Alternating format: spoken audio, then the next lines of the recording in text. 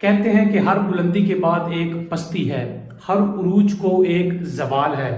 یہی آج ہمارے سامنے ڈکی بھائی کی مثال ہے۔ جی ہاں، ڈکی بھائی پر جب عروج تھا تو اس نے اپنے زوال کا نہیں سوچا۔ آج دیکھیے ڈکی بھائی کا کیا حال ہو رہا ہے۔ جی ہاں، یہ وہی ڈکی بھائی ہیں جو ایک وقت تھا کہ ہر ایک کو روسٹ کرتا تھا، ہر ایک پر تنقید کرتا تھا، ہر ایک کی ماں بہن ایک کر دیتا تھا۔ یہ نہیں دیکھتا تھا کہ معاشرے میں کیا کچھ چل رہا ہے، کیا کچھ ہو رہا ہے۔ اس نے ہر ایک کی تہس نہس کر دینی ہوتی تھی۔ یہ سب کچھ اس نے شام ادریس کے ساتھ کیا تھا۔ وہ اس وقت فیملی ولاگنگ میں اکیلا بندہ تھا جو فیملی ولاگنگ کر رہا تھا۔ اس نے اسے اتنا روسٹ کیا، اتنا روسٹ کیا، اسے اتنا ذلیل و خوار کیا کہ اس کی تباہی پھیر دی، اس کا کیریئر تباہ کر دیا، اسے بالکل ختم کر دیا، فنا کر دیا۔ تو اس وقت آڈینس کے ذہن میں بھی وہی کچھ تھا جو ڈکی بھائی اس وقت ڈال رہا تھا روسٹنگ کے ذریعے۔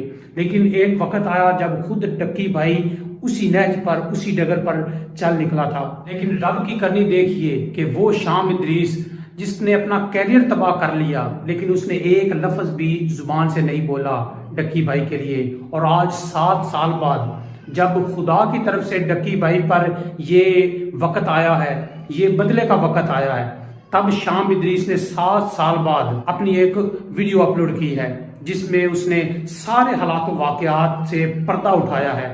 شام ادریس سے آج سارے لوگ معافی مانگ رہے ہیں، آج سوری کر رہے ہیں کہ ہم آپ کو اس وقت پہچان نہیں سکے تھے۔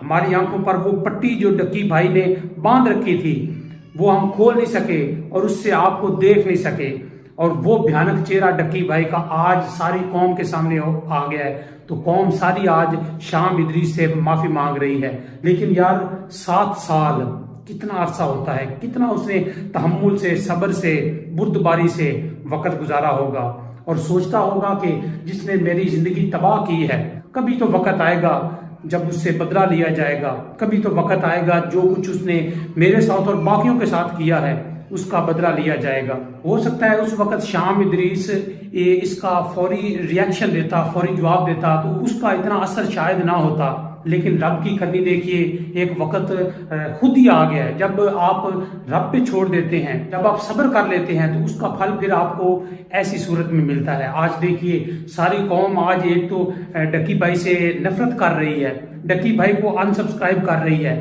سوشل میڈیا پہ ڈکی بھائی کا بائیکاٹ جاری ہے۔ آپ کو میں ابھی دکھاتا ہوں کچھ فیگرز جو میں نے کل سکرین شاٹ لیے تھے۔ سب سے پہلے آپ وہ دیکھیں، تقریباً یہ 20 گھنٹے کا فرق ہے، ٹھیک ہے۔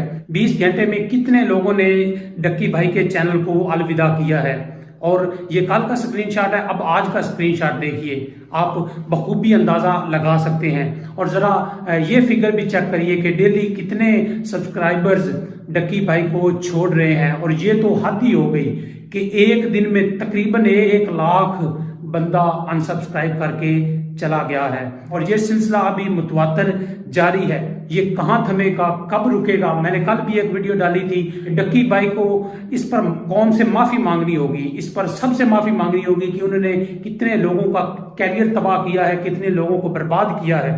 آج وہ خود اپنا حال اپنی آنکھوں سے بیٹھا دیکھ رہا ہوگا اور سوچ رہا ہوگا کہ ہر عروج کو ایک زوال ہے۔ یہ سب کچھ شاید اس وقت ڈکی بھائی انجوائے کر رہا تھا اور لوگوں کی بربادی دیکھ رہا تھا، لیکن آج اپنی بربادی اپنی آنکھوں کے ساتھ دیکھ رہا ہے۔ ابھی مزید بہت کچھ ہونا باقی ہے، تو ہم ایک بار پھر سے شام ادریس سے سوری کرتے ہیں، معافی مانگتے ہیں کہ اسے دیکھ نہیں سکے، اسے پہچان نہیں سکے، اور بڑا گھٹیا سلوک ہم نے کیا تھا شام ادریس کے ساتھ۔ لیکن آج ڈکی بھائی کا اصل چہرہ، اصل روپ سارے لوگوں کے سامنے آ گیا ہے، ساری دنیا نے دیکھ لیا ہے۔ اب لوگوں نے سوشل میڈیا پر ان کا بائیکاٹ کرنا شروع کر دیا ہے۔ اس حوالے سے کوئی بھی اپڈیٹ آئے گی تو ہم اپنے ولاگ میں آپ کو ضرور بتائیں گے۔ آپ سب دیکھنے والوں کا بہت شکریہ۔ اللہ حافظ۔